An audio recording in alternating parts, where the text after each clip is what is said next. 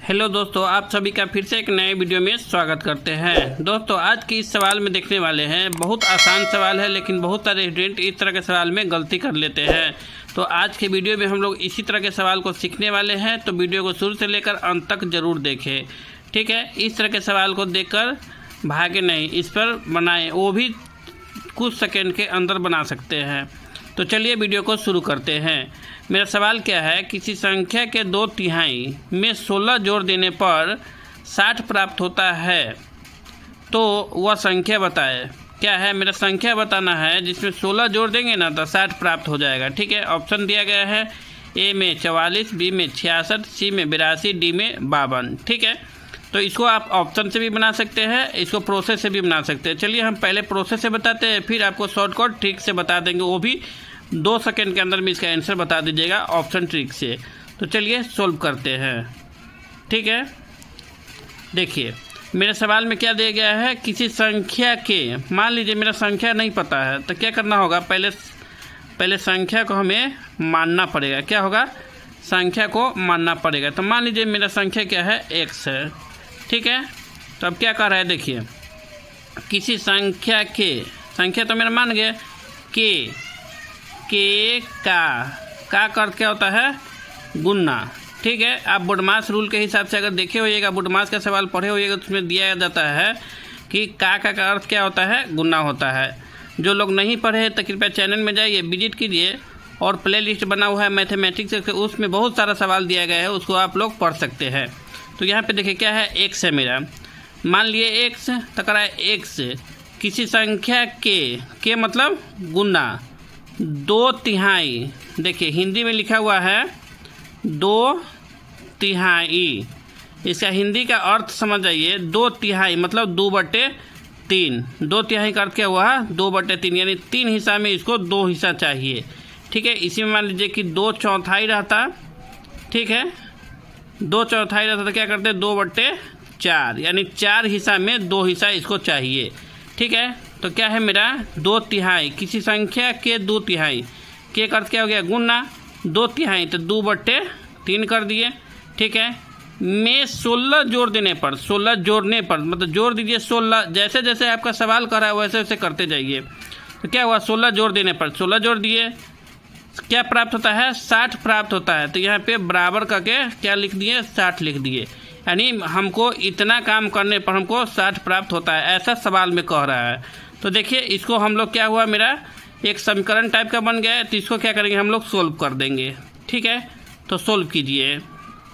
तो कैसे सोल्व होगा, देखिए क्या करना है, देखिए ये एक जाति का है, इसके साथ गुना हो जाएगा, तो क्या हो गया मेरा 2x हो गया बट्टे 3 हो गया प्लस 16 हो गया, अब बराबर 60 हो गया। ठीक है, अब देखिए क्या करना है, इस 16 और 60 क्या है, एक जैसा है, तो इसको क्या करेंगे, एक साइड भेज देंगे, इसको एक साइड रहने देंगे।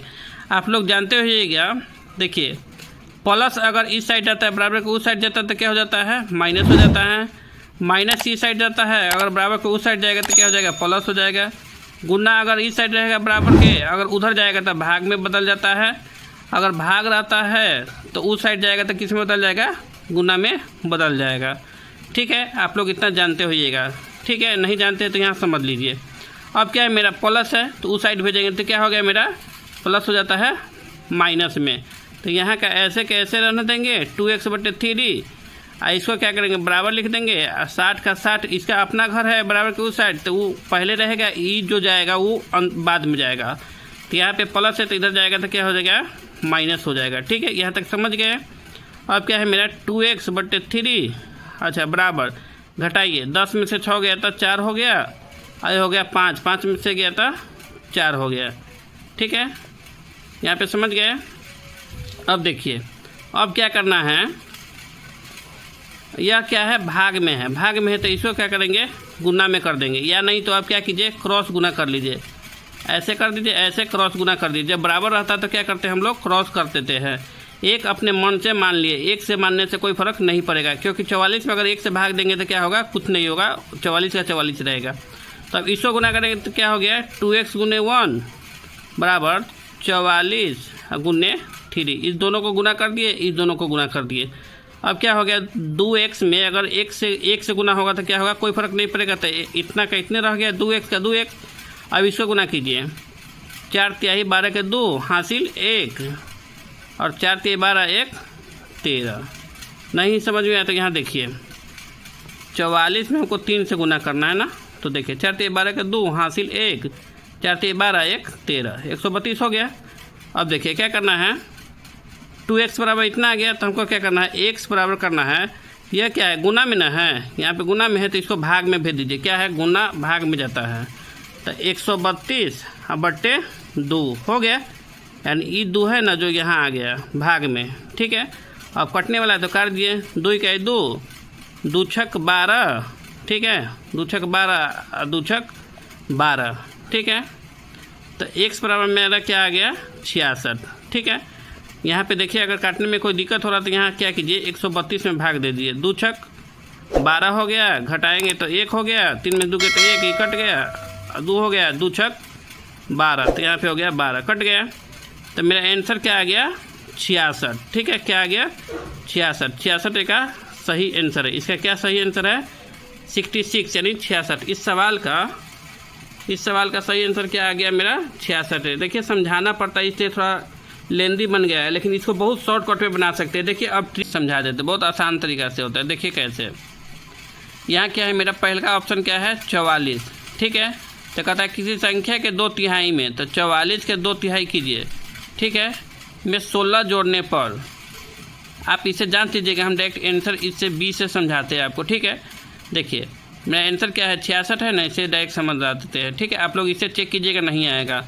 किसी संख्या के 2 तिहाई में, तो 66 मेरा आंसर, इसका 2 तिहाई कीजिए, ठीक है। 2 तिहाई में 16 जोड़ देने पर, 16 जोड़ दीजिए तो कितना प्राप्त होता है, 60 प्राप्त होता है। यहाँ पे 60 आया।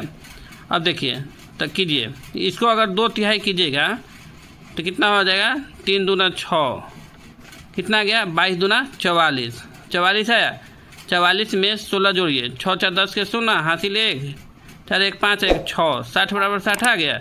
तो मेरा आंसर क्या हो गया, 66 इसका राइट आंसर हो गया। चलिए इस तरह के सवाल को आप ऐसे बना सकते हैं। चलिए वीडियो देखने के लिए धन्यवाद, मिलते हैं नेक्स्ट वीडियो में।